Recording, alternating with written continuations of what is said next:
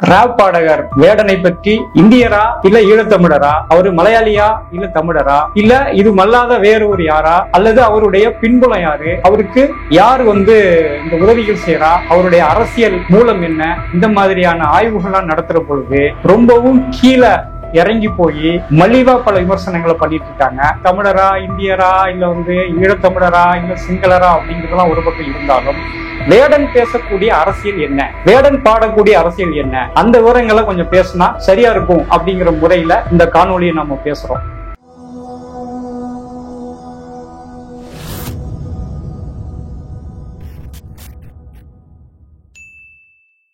வணக்கம்.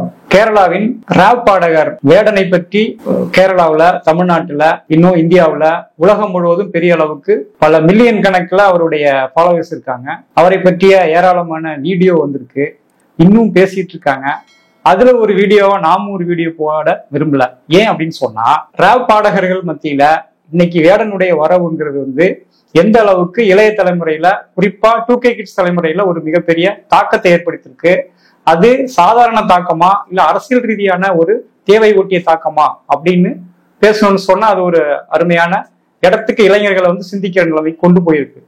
இது ஏறத்தாழ ஒரு 10-20 நாட்களா பல்வேறு கொண்டாட்டங்கள், விமர்சனங்கள் அப்படிங்கிற முறையில போனாலும் இப்ப சமீபத்துல இது எங்க போகுதுன்னு சொன்னா, விமர்சனம் அப்படிங்கிற விஷயம் ஒரு பக்கம் சங்கிகளால வேடனன் குறித்து வேற ஒரு வகையில விமர்சனம் பண்ணி ஒரு பக்கம் ஒதுக்குறாங்க. இன்னொரு பக்கம் அந்த கருத்துக்களை, முற்போக்கு கருத்துக்களை கொண்டாடுறோம் அப்படின்னு பேசிட்டு இருந்த நபர்களே வேறு ஒரு வகையில வேடனை விமர்சனத்தை உள்ளாக்கி அவருடைய தனித்த அடையாளங்கள் என்ன அப்படிங்கிற பார்வைகள் உள்ள போய் அவரு இந்தியரா இல்ல ஈழத்தமிழரா, அவரு மலையாளியா இல்ல தமிழரா, இல்ல இது மல்லாத வேறு ஒரு யாரா, அல்லது அவருடைய பின்புலம் யாரு, அவருக்கு யார் இந்த உதவிகள் செய்யறா, அவருடைய அரசியல் மூலம் என்ன, இந்த மாதிரியான ஆய்வுகள்லாம் நடத்துற பொழுது ரொம்பவும் கீழே இறங்கி போய் மலிவா பல விமர்சனங்களை பண்ணிட்டு இருக்காங்க.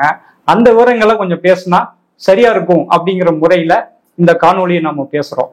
இப்ப என்ன சொல்றோம்னு சொன்னா, இது வேடன் அப்படிங்கிறவர் அவரு தமிழரா, இந்தியரா, இல்ல ஈழத்தமிழரா, இல்ல சிங்களரா அப்படிங்கிறதெல்லாம் ஒரு பக்கம் இருந்தாலும் வேடன் பேசக்கூடிய அரசியல் என்ன, வேடன் பாடக்கூடிய அரசியல் என்ன, இதை ஏன் இந்த அளவுக்கு இளைஞர்கள் கொண்டாடுறாங்க, பெண்கள் கொண்டாடுறாங்க, குழந்தைகள் குதூகலமா கேட்கிறாங்க அப்படின்னு சொன்னா, கலை வடிவங்களா காலத்துக்கு ஏற்ற மாதிரி கொடுக்க தவறிய ஒரு விஷயத்துல இருந்தா இதை நம்ம பார்க்கணும். அப்ப இளைஞர்கள் வேற மாதிரி பாக்குறாங்க. இந்த பாடல் புரியல, இந்த சொல்லு தெளிவா இல்ல, இந்த பீட் வேற மாதிரி இருக்கு, இதுல என்ன சொல்லிட போறாங்க ராப் இசையில அப்படின்னு ஒரு கருத்து பெரிய அளவுக்கு இருந்ததெல்லாம் உண்டு, இப்பவும் இருக்கு. ஆனா இந்த தலைமுறைக்கு இது ஏன் இப்படி புரியுது அப்படின்னு சொன்னா, வெறுமனே தாள லயத்துக்கு ஆடுறாங்களா, இல்ல அதில் வரக்கூடிய சொற்கள் அவங்களுக்கு புரியுதா அப்படின்னு பார்த்தா அவங்களுக்கு புரியுது. ஒரு குறிப்பிட்ட தலைமுறையில எங்க தாத்தா என்ன பண்ணிருப்பாரு, ஹரிச்சந்திர நாடகம் பார்த்து ரசிச்சாரு, ராம நாடகங்களை பார்த்து ரசிச்சாரு, 3 நாள் இரவு பகலா உட்காந்து பட்டாபிஷேகம் வரைக்கும் போவாரு. அது போல அடுத்து சினிமா இல்ல அப்படின்னு அவரோட குற்றச்சாட்டு. எங்க அப்பா என்ன பண்ணாரு, திரைப்படங்கள் தான் அற்புதமான கதையை சொல்லிச்சுன்னு சொல்லி பாசமலரையும் வசந்த மாலையும் பார்த்து கண்ணீர் விட்ட கதைகள் உண்டு. ஆனா அடுத்த என் தலைமுறை என்ன பண்ணுச்சு, இந்த படங்கள்லாம் சரியில்லை, ஒரே ஒப்பாரியா இருக்கு, அழுகையா இருக்கு அப்படின்னு சொல்லிட்டு ஒரு விதமான நவீன திரைப்படங்களை விரும்பணும். ஆனா இப்ப என்ன சொல்றாங்கன்னு சொன்னா, இதெல்லாம் மொக்க அப்படின்னு சொல்லிட்டு அடுத்த கட்டத்துக்கு போறாங்க. என்ன சொல்ல வந்தியோ அதை சீக்கிரமா சொல்லு, சரியா சொல்லு, அதாவது சுத்தமா சொல்லு, சுருக்கமா சொல்லு அப்படின்னு சொல்லக்கூடிய இந்த காலத்திற்கேற்ற கலைகளை உள்வாங்கிறது, அதே நேரம் சமூக மாற்றங்களை உள்ளடக்கிய கருத்துக்களை உள்வாங்கிறது. நாம சொல்றோம் 2K கிட்ஸ் அப்படி கிடையாது, பெரும்பாலும் தக்கை மனிதர்களா இருக்கிறாங்க அப்படின்னு சொல்றோம். அப்படி கிடையாது, ஆழமா பாக்குறாங்க. அதனாலதான் இதே இந்த சொல்லிசை சொல்லக்கூடிய இந்த ராப் பாடல்களை தமிழ்நாட்டுல, இந்தியாவுல, உலகத்தெழிய அளவுல பல பேர் பேசினாலும் பல பேர் பாடினாலும், ஜமைக்காவுல பாப் மார்லே தொடங்கி, நியூயார்க்ல மைக்கேல் ஜாக்சன் தொடங்கி, இந்தியாவுல குறிப்பா தமிழ்நாட்டுல அறிவு, இசைவாணி மாதிரியான நபர்கள்லாம் பாடினாலும் இந்த பாடல் அதிலிருந்து தென்னிந்தியாவுக்கு, இந்தியாவுக்கு இன்னைக்கு இருக்கக்கூடிய பாசிச அரசியல் சூழல்ல அவங்கள குத்துற மாதிரி இருக்கு, அல்லது அவங்கள இந்த கேள்விக்கு பதில் சொல்லுவான்னு தெருவுக்கு இழுக்கிற மாதிரி இருக்கு. அதனாலதான் இந்த கருத்தை எப்படி பேசுறது அப்படின்னு வழி தெரியாம இருந்த இளைஞர்கள் தன்னுடைய பாடலா, தன்னுடைய கேள்விகளா, தன்னுடைய இசையா வேடனை உள்வாங்கிக்கிறாங்க. அதனாலதான் நேற்று வரை வேடன் யாருக்கும் தெரியாம இருந்த, அல்லது 2021 வெளிவந்த இந்த வாய்ஸ் ஆஃப் வாய்ஸ்லெஸ்ங்கிற ஆடியோ வந்து அன்னைக்கு யாருமே கேட்க சரியான புரிதல் இல்லாம இன்னைக்கு வந்து அது பொருந்தது. இது பழைய பாட்டு, கிட்டத்தட்ட 5 வருடங்களுக்கு முன்னாடி பாடிய பாடல், ஆனா இன்னைக்கு பொருந்தது. அதனாலதான் வேடன் வந்து கொண்டாடப்படுறாரு. இந்த விஷயத்த இன்னைக்கு இருக்கிற சூழல்ல எப்படி நம்ம பேசணும், எப்படி வந்து விரிவாக்கி கொண்டு போகணும், அந்த விஷயங்களை அரசியலுக்கு எப்படி பயன்படுத்துகிறது அப்படிங்கிறத பார்க்க வேண்டியதா நம்மை போன்றவர்களுக்கான கடமையும் அவசியம் இருக்கு அப்படின்னு நான் பாக்குறேன். அது இல்லாம சங்கிகள் பேசுறாங்க, என்ன சொல்றாங்க, இது வந்து தலித்துகளுடைய இசையே இல்ல, ராப் இசை அப்படின்னு யார் சொல்றா? சசிகலா டீச்சர்னு ஒரு அம்மா பேசுது. அது சைலஜா டீச்சர் இல்ல, சுத்த சங்கி டீச்சர் சசிகலா டீச்சர். அவங்க ஒரு இந்துத்துவ அமைப்பினுடைய பிரதிநிதியா இருக்காங்க கேரளாவில். அவங்க இதுக்கு முன்னாடி பல்வேறுபட்ட முற்போக்கு விஷயங்கள் எல்லாம் மறுதளித்து பேசி அவங்களுக்கு எதிராக செயல்பட்டங்கிற ஆதாரங்கள்லாம் இருக்கு. அவங்க ஒரு பக்கம் பேசி அப்படி போறாங்க. இன்னொரு பக்கம் பார்த்தா பாலக்காடு டவுன்ஷிப் கவுன்சிலர் மோனி அப்படிங்கிறவங்க அவங்களுடைய கிருஷ்ணகுமார் கணவர் மூலமா ஒரு வழக்கு தொடுக்கிறாங்க.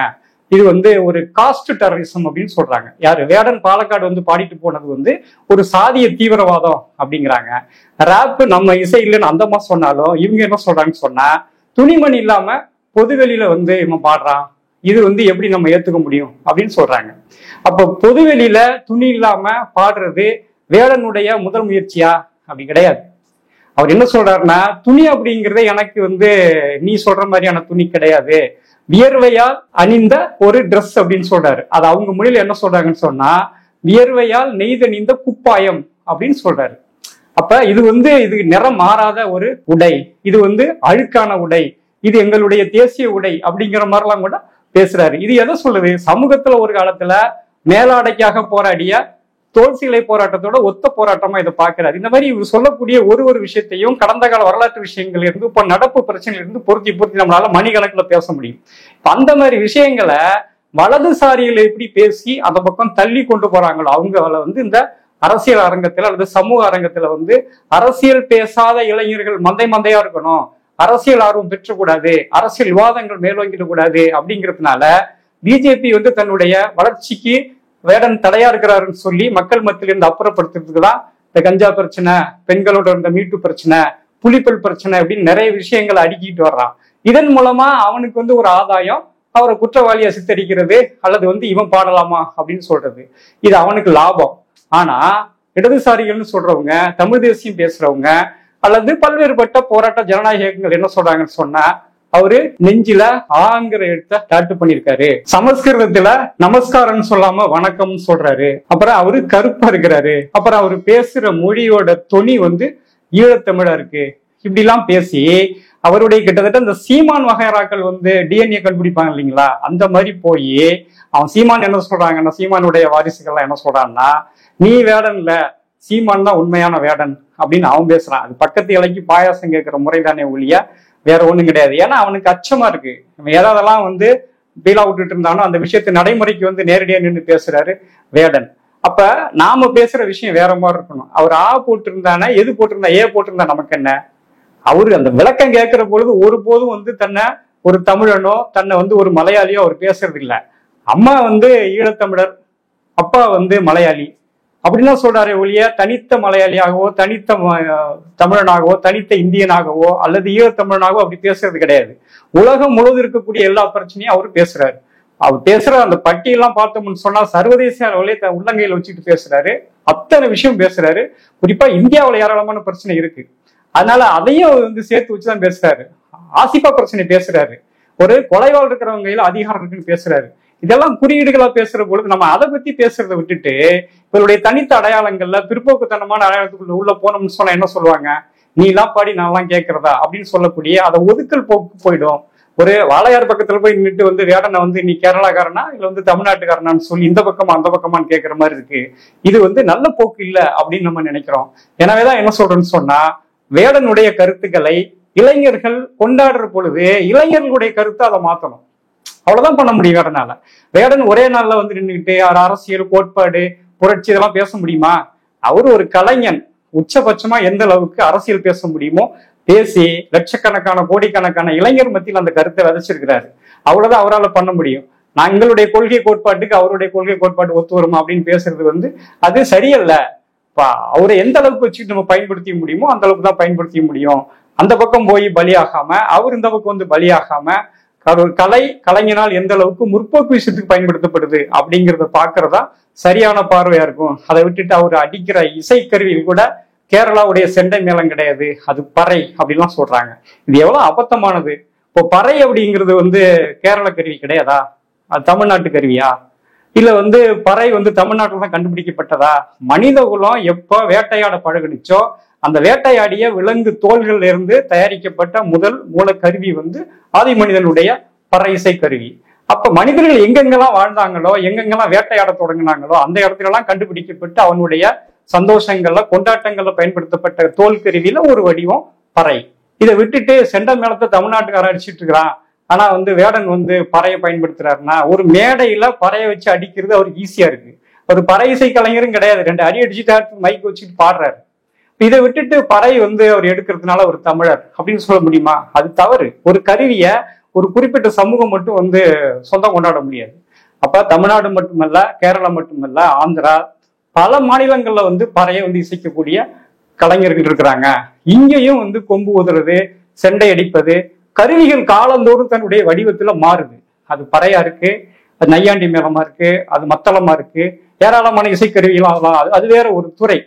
இன்னொரு விஷயம் பாத்தீங்கன்னு சொன்னா, இந்த தமிழர்களுக்கு சொந்தம் பறைன்னு சொல்லக்கூடிய, தமிழ் பேசக்கூடிய, தமிழ்நாட்டுல தமிழர் வேஷம் போடக்கூடிய ஆதிக்க சாதி தமிழர்கள் தங்கள் வீடுகளுக்குள்ள பறைய மாட்ட தயாரா? தங்கள் குழந்தைகளுக்கு பறை இசை சொல்லித்தர தயாரா? எவ்வளவு காலமா பறைய தன்னுடைய இசையை அவங்க ஏத்துக்கிட்டாங்க? சமீப காலத்துல ஒரு சில குழுக்கள், ஒரு சில அமைப்புகள் பறை இசையை மேடையேற்றி பரவலாக்கியிருக்கு. அதுல இருந்துதான் பறையை நம்ம பார்க்கணுமே ஒழிய, பறை நம்ம இசைன்னு சொல்லிவிட்டு பறையை ஒரு சேரியில இசைப்பவன் தான் இந்த சமூகம் அப்படின்னு சொன்னது நம்ம இல்லையா? அப்ப ஒரு பறை அப்படிங்கிற கருவியின் மூலமாக வேடனை ஒதுக்குறது அப்படின்னு தவறு. அப்புறம் அவன் நிறம் இந்த மாதிரி வச்சுக்கிட்டு அவன் கருப்பா இருக்கிறான் அப்படின்னு சொல்றது, இந்த மாதிரியான விவரங்கள்லாம் கொஞ்சம் விட்டுட்டு நம்ம ஒரு பொது இடத்துக்கு மாறணும். ஏன் அப்படின்னு சொன்னா, உலகம் ஆளுவர்க்கும் சர்வதேச அளவுல கார்பரேட் மயமாயிட்டு இருக்கு. இப்ப கார்பரேட் எங்க தலைமையா இருக்கோ அது ஒரு கடைகோடி விற்பனையாளருக்கு கடைகோடி உழைப்பு சுரண்டல் எவன் நடத்துறானோ அவனோட கை குத்துட்டு வேலை செஞ்சுது. அப்ப அதுக்கு நிகரா நம்ம வேலை செய்யணும்னு சொன்னா, சர்வதேச அளவுல போராடும் இயக்கங்களை பல்வேறுபட்ட கலை இலக்கிய கலாச்சார பண்பாட்டு விஷயங்களோட இணைச்சு பாக்குறதா, இல்ல ஒரு குறிப்பிட்ட எல்லைக்குள்ள அவங்களை சுருக்கி பாக்குறதா? அப்ப கருத்துக்களையும் போராட்டங்களையும் பரவலாக்கணும், பெரிதாக்கணும். ஏன்னா எதிரி பெரிய அளவுக்கு இருக்கிறான். கார்பரேட்டோட இணைஞ்சுதான் இந்தியாவுல சனாதன வேலை செய்யுது. சனாதனம் தனிச்சு வேலை செய்யல, அதனாலதான் அந்த அளவுக்கு நிமிர்ந்து அடிக்கிறான், ஏறி தாக்குறான். அப்ப அவனை காலி பண்ணணும்னு சொல்லணும்னு சொன்னா, வேடன் மாதிரியான கருத்துக்களை, வேடன்கிற அந்த உள்ளார்ந்த விஷயத்தை தேடி தேடி அவர் யார் என்னன்னு போய் ரூட்டை கண்டுபிடிக்கிறத விட்டுட்டு வேடன் பேசும் கருத்துக்களை பேசணும், வேடன் சொல்லக்கூடிய வார்த்தைகளை பேசணும், வேடன் பேசக்கூடிய இசையை பத்தி பேசணும், வேடனுக்கு பாதுகாப்பு அளிக்கணும். அந்த வகையில வேடனை ஆதரிக்கணும். வேடன் அப்படிங்கிறவன் குறிப்பாத்து மீன் பிடிக்கக்கூடியவன் தான். அவனை மீன் பிடிக்க கற்றுத்தரக்கூடிய ஒரு நபர். இளைஞர்களுக்கு மீன் பிடிக்க கற்றுத் தருவது போல அரசியல் பேச கற்றுக் கொடுக்கிறாரு. அதை இசை வடிவத்தில் கொடுத்துட்டு இருக்கிறாரு. அந்த இசை வடிவங்கிறது நம்ம சரிகம பதனி அப்படிங்கிறது இருக்க வேண்டிய அவசியம் கிடையாது. ஏன் அப்படின்னு சொன்னோம்னா, ஸ்ரீகுமார் கேரளாவில் புகழ்பெற்ற பாடகர் சொல்றாரு, இந்த மாதிரி அழிஞாட்டியம்னு சொல்றாங்க, அவுத்து போட்டு ஆடுறது, அந்த மாதிரி இவர் ஆடிட்டு இருக்காரு. இசைங்கிறது நாட்டில் குடியிருக்கிற சரஸ்வதியோட ஒரு வாய்ப்பு அப்படின்லாம் பேசுறாங்க. அது எதிராக அவர் பேசிட்டு இருக்காரு.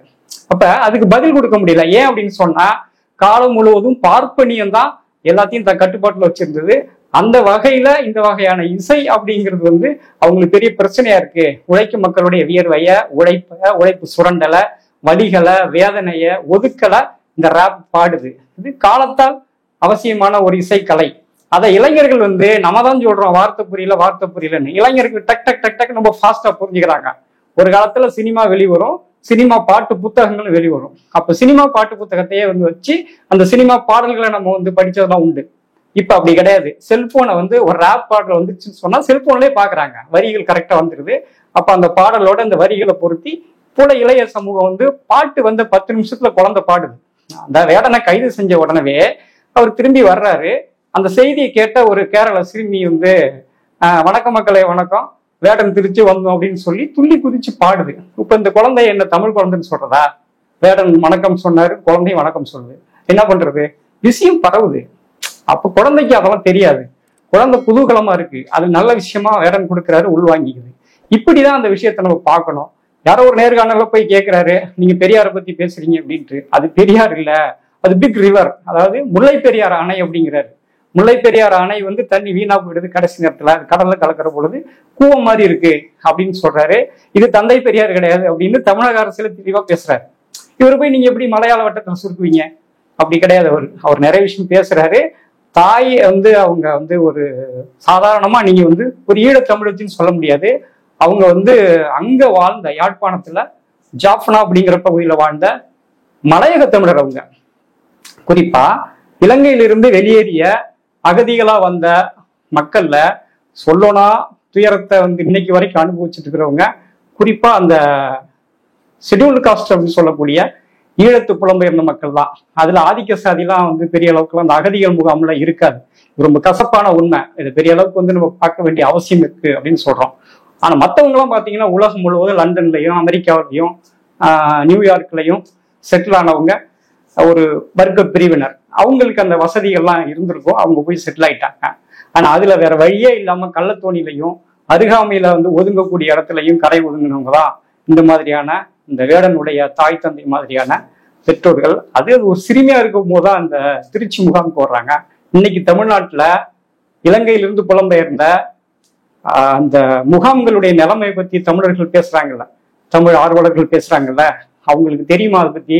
கிட்டத்தட்ட விலங்குகளை அடைச்சு வைக்கக்கூடிய ஒரு முள்வேலி முகாம்களா தான் அது இருக்கு. இன்னைக்கு வரைக்கும் விலங்குகளை விட மோசமா ஒரு சுற்றி வளைக்கப்பட்டு மின்வேலி அமைக்கப்பட்ட அளவுல இருக்கிறாங்க. இவங்களை ஒப்புதலோட திரும்பவும் ஈழத்துக்கு நாங்க போறோம் அப்படின்னு சொல்லி போகிறவங்கள அங்க புதுசா மஞ்ச ஈழ அரசு வந்து, அதாவது சிங்கள அரசு வந்து அரெஸ்ட் பண்ணி வைக்குது. அவங்கள வந்து இங்க வராதுன்னு சொல்லி பாதிலேயே தடுத்திருக்கு.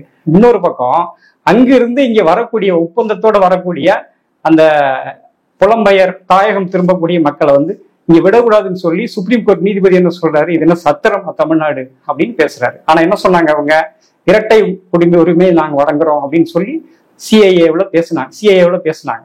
இன்னைக்கு வரைக்கும் அவங்களுடைய புலம்பெயருக்கு எந்த விதமான உத்தரவாதமும் கிடையாது, ஆதரவும் கிடையாது. எனவேதான் என்ன சொல்றேன்னு சொன்னா, இந்த மாதிரியான சூழல்ல இந்த பிரச்சனையை பேசுறத நம்ம முதல்ல பார்க்கணும். வெறுமனே வேடன் என்பவன் பாட்டு பாடுறவன் கிடையாது, அது சினிமா டூயட் பாட்டு கிடையாது. வேடன் அப்படிங்கிறவன் ஒட்டுமொத்தமா அவன் வந்து ஒரு சமூகன் மாதிரியான சுயமாக உடைத்து வேடன், அதாவது துரோணாச்சாரியாரை மீறக்கூடிய ஒரு வில்வித்தை தெரிந்தவனை போல அவன் தேடி அலைகிறான். துரோணாச்சாரியார் மாதிரியான சனாதனிகளுடைய கட்டை விரலை வெட்டுவதற்காக வேடனுடைய வேட்டை தொடரட்டும். நம்ம ஆதரிப்போம். நன்றி.